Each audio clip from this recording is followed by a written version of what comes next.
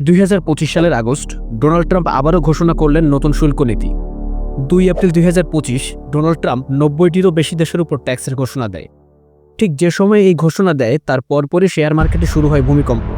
এক সপ্তাহের ভিতর বড় বড় কোম্পানির শেয়ার মার্কেটে হাজার হাজার কোটি টাকা লস হতে শুরু করে। 7 এপ্রিল 2025 সবথেকে ভয়ানক দিন ছিল স্টক মার্কেটের জন্য।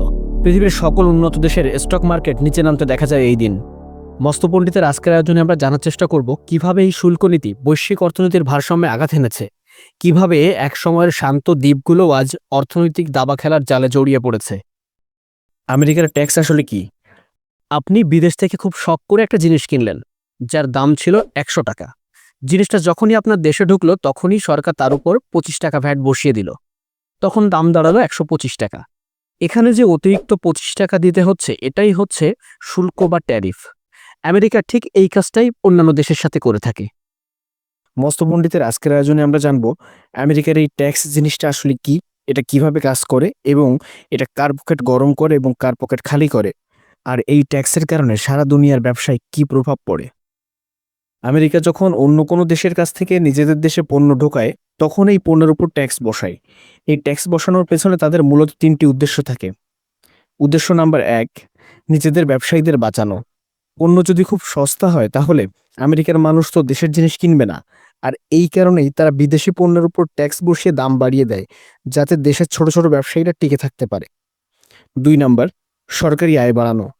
এই ট্যাক্স থেকে পাওয়া যায় কোটি কোটি টাকা যা আমেরিকা সরকারের কোষাগারে জমা হয়, যা দিয়ে দেশের উন্নয়নের কাজ করে। উদ্দেশ্য নাম্বার 3, অন্য দেশকে শায়েস্তা করা।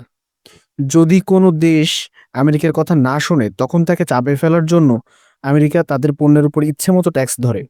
উদাহরণ হিসেবে দেখা যায় 2018 সালে হঠাৎ করে আমেরিকা চীনা পণ্যের উপর 25% ট্যাক্স বাড়িয়ে দেয়। এর কারণ হিসেবে আমেরিকা দেখায় চীন নাকি খুব চালাকি করে ব্যবসা করছে। এবার আসা যাক ট্যাক্স কত প্রকার হয়। আমেরিকার ট্যাক্স মূলত 2 ধরনের, এক দামের উপর ট্যাক্স, 2 সংখ্যা বা ওজনের উপর ট্যাক্স। দামের উপর ট্যাক্সটা কি?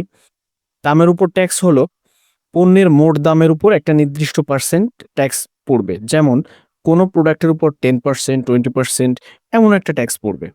এবং ওজন বা সংখ্যার উপর ট্যাক্স হলো এখানে দাম দেখা হয় না, দেখা হয় ওজন বা সংখ্যা, যেমন প্রতিটা মোবাইলের জন্য $5 বা প্রতিটা চশমার জন্য $2 এরকম একটা হিসাবে ট্যাক্স ধরা হয়। এবার আসা যাক কারা লাভবান হয় আর কারা ক্ষতির সম্মুখীন হয়। লাভবান হচ্ছে আমেরিকার স্থানীয় ব্যবসায়ীরা, কারণ বিদেশি পণ্যের দাম বেড়ে যাওয়ায় তাদের জিনিস বেশি বিক্রি হয়, ফলে তারা বেশি লাভবান হয়। আমেরিকা সরকার ট্যাক্স থেকে বিপুল পরিমাণ অর্থ পাওয়ায় তারা অর্থগত দিক দিয়ে ব্যাপক শক্তিশালী হয়। এবার দেখেন কারা ক্ষতিগ্রস্ত হয়। আমেরিকার সাধারণ মানুষ, তারা সবচেয়ে বেশি ক্ষতিগ্রস্ত হয়, কারণ তাদের এই চড়া দাম দিয়ে জিনিসপত্র কিনতে হয়। তারপর ক্ষতিগ্রস্ত হয় আমদানিকারক কোম্পানি, যারা বিদেশ থেকে কাঁচামাল এনে পণ্য বানায়, সুতরাং তাদের খরচ বেড়ে যায়। এবং সর্বশেষ ক্ষতিগ্রস্ত হয় রপ্তানিকারক দেশ, যেমন চীন, বাংলাদেশ। তাদের পণ্যের দাম আমেরিকায় বেড়ে যাওয়ায় বিক্রি কমে যায়। যেমন আমেরিকার ট্যাক্সের কারণে অনেক কোম্পানি এখন চীন থেকে তাদের পণ্য না কিনে ভিয়েতনাম বা মেক্সিকো থেকে কিনছে। এতে চীনের ব্যবসায় বড় একটা ধাক্কা লেগেছে। সারা বিশ্বে এর কি প্রভাব পড়তে পারে? 1, বাণিজ্য যুদ্ধ। আমেরিকা যদি চীনের পণ্যের উপর ট্যাক্স বসায় তাহলে চীনও বলবে দাঁড়াও, আমিও তোমাদের পণ্যের উপর ট্যাক্স বসাবো। এভাবে 2 দেশের মধ্যে ঝগড়া বাঁধে, যাকে বলা হয় বাণিজ্য যুদ্ধ। 2, ব্যবসার ঠিকানা বদল। বড় বড় কোম্পানিগুলো চীন থেকে তাদের ফ্যাক্টরি সরিয়ে ভিয়েতনাম, বাংলাদেশ বা অন্যান্য দেশে নিয়ে যাচ্ছে, যেখানে খরচ কম হবে। 3, জিনিসপত্রের দাম বেড়ে যাওয়া। বিশ্বজুড়ে আমদানি খরচ বাড়ায় সব দেশেই এর প্রভাব পড়ে, কারণ জিনিসপত্রের দাম বাড়তে থাকে। 4, ফাটল সম্পর্ক। অর্থনৈতিক এই লড়াইয়ে দেশগুলোর মধ্যে রাজনৈতিক সম্পর্কও নষ্ট করে দেয়। আমেরিকার ট্যাক্স বসালে সবথেকে যাদের প্রভাব পড়বে সেটি হচ্ছে ব্রিক্স। আমেরিকা যদি ট্যাক্স বসিয়ে দেয় তখন ব্রিক্সের দেশগুলো পাল্টা 3টা চাল দিতে পারে। 1 নাম্বার, ডলারকে বাই বাই বলে দিতে পারে। তারা নিজেদের মধ্যে ব্যবসা করার জন্য রুপি, ইউয়ান, রুবল এগুলো ব্যবহার করতে পারে, ফলে ডলারের গুরুত্ব কমে যাবে।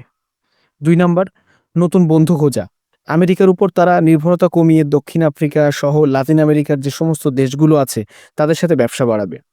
এবং সর্বশেষ 3 নাম্বার, ইটের বদলে পাটকেল। তারা তখন আমেরিকান পণ্যেও পাল্টা ট্যাক্স বসাবে, ফলে আমেরিকার ব্যবসায়ীরাও লোকসানে পড়বে এবং সরকারের উপর একটা চাপ তৈরি হবে।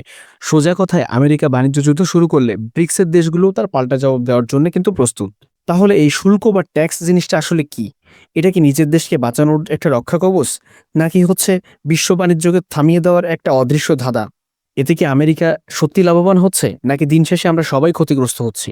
আপনার মতামত কি? কমেন্টে জানাতে ভুলবেন না। এবং ভিডিওটি ভালো লাগলে লাইক করবেন এবং সাবস্ক্রাইব করে আমাদের পাশে থাকতে ভুলবেন না।